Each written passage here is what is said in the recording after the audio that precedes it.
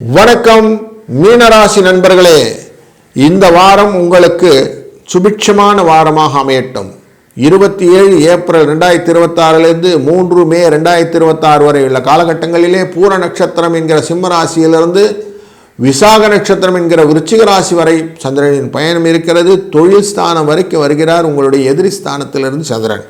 அதனால் வெற்றிகளின் வாய்ப்புகள் அதிகமாக இருப்பதற்கு வாய்ப்புகள் நிறைய இருக்கிறது. ஒரு அஷ்டமம் அப்படிங்கிறது இருக்கிறதுனால கொஞ்சம் ஜாக்கிரதையாக இருக்கணும் அப்படிங்கிறது தெரிகிறது. இந்த வாரத்திலே மீனாட்சி திருக்கல்யாணத்தின் போது திருக்கல்யாண வைபவத்தின் தொடர்ந்து நீங்கள் செய்யக்கூடிய தான தர்மங்கள் உங்களுடைய வாழ்க்கையிலே ஒளி வட்டத்தை ஏற்படுத்தும், திருமண தடைகளை நீங்கும், வம்ச விருத்தியை ஏற்படுத்தும்.